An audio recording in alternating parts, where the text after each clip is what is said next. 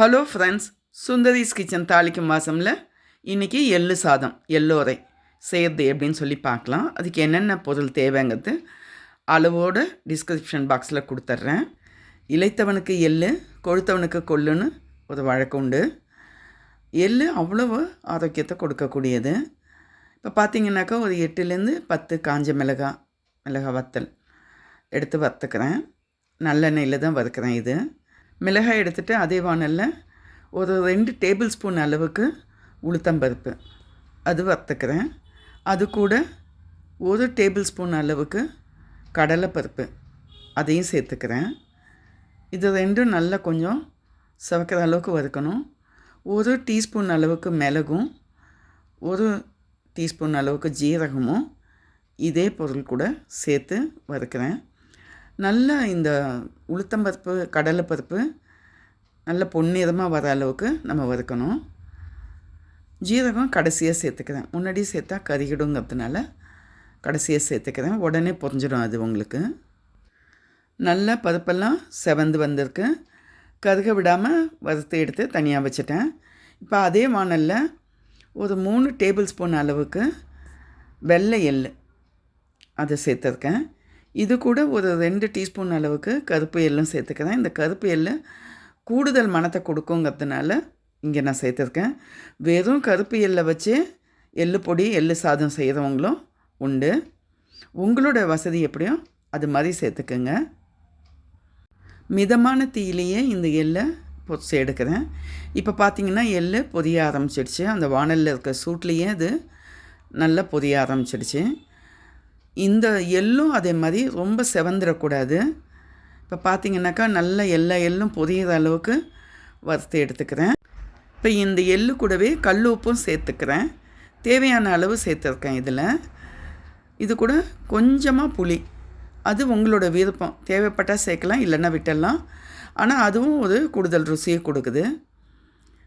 இப்போ அடுப்பை ஆஃப் பண்ணிடுறேன். அந்த சூட்லேயே உங்களுக்கு எள்ளு கூட சேர்ந்து எல்லாம் வறுப்பட்டு எடுத்து வச்சுருக்கேன்.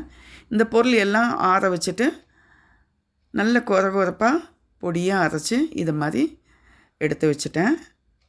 பாருங்கள், எள்ளு பொடி தயாராகிடுச்சு. இது இட்லி தோசைக்கும் தொட்டுக்கிற அளவுக்கு நான் கூட செஞ்சுருக்கேன். இப்போ வானலியில் ஒரு 3 டீஸ்பூன் அளவுக்கு நல்லெண்ணெய் எடுத்திருக்கேன். இந்த நல்லெண்ணெயில் கொஞ்சம் நிலக்கடலை, அது கூட கொஞ்சம் உடைச்ச முந்திரி 2 சேர்த்து வறுத்து எடுத்துக்கிறேன் சிவக்கிற அளவுக்கு. இது குழந்தைங்களும் சாப்பிடுவாங்க, கூடுதல் சுவையை கொடுக்குது உங்களுக்கு. அப்படிங்கிறதுனால கலவை சாதங்கிறதுனால நான் சேர்த்துருக்கேன். விருப்பம் இல்லைன்னா விட்டுடலாம். செவந்த கடலை முந்திரி தனியாக எடுத்து வச்சிட்றேன். எள்ளு பொடி பார்த்திங்கன்னா இந்த அளவுக்கு கொரப்பாக இருக்கணும். பாருங்கள் எந்த அளவில் இருக்குதுன்னு சொல்லிவிட்டு. இப்போ வானலியில் நல்லெண்ணெயில் கடுகு, கொஞ்சமாக உளுத்தம் பருப்பு, 2 காஞ்ச மிளகாய் கிள்ளி தாளிக்கலாம். இது கூட கொஞ்சம் கருவேப்பிலை, பெருங்காயத்தூள், அவ்வளோதான். தாளிச்சிட்டு இதை நல்லா கடுகு பொரிஞ்சு உளுத்தம்பருப்பு செவந்து வந்ததுக்கப்புறம் நம்ம பெருங்காயத்தூள் சேர்த்துக்கலாம்.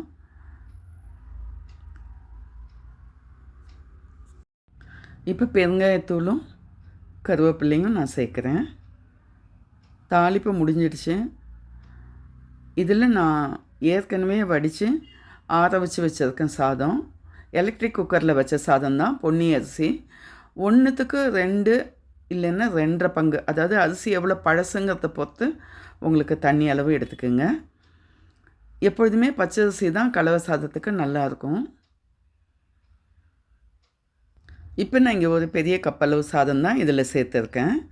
ஒரு 2 டேபிள் ஸ்பூன் அளவுக்கு எள்ளு பொடி கலந்துக்கிறேன். கலந்துட்டு அந்த வானல்லையும் அடுப்பை ஆஃப் பண்ணியாச்சு. ஒரு ஏந்தலான கரண்டி வச்சு சாதத்தில் பொடி நல்லா கலக்கிற மாதிரி சாதம் உடையாமல் கிளறி இதை மாதிரி எடுத்துட்டோம்னாக்கா எள்ளு சாதம் தயாராகிடுச்சு. சாதாரண நாட்களில் நம்ம செய்யும்போது உப்பு ருசி பார்த்துட்டு உப்பு பத்தலைன்னா நம்ம சேர்த்துக்கலாம். விரதத்துக்கு இப்போ பெருமாள் தளியலுக்கெல்லாம் போடும்போது நம்ம உப்பு ருசி பார்க்க முடியாது. படையலுக்கு அப்புறம் தான் நம்ம பார்த்து சேர்த்துக்க முடியும்.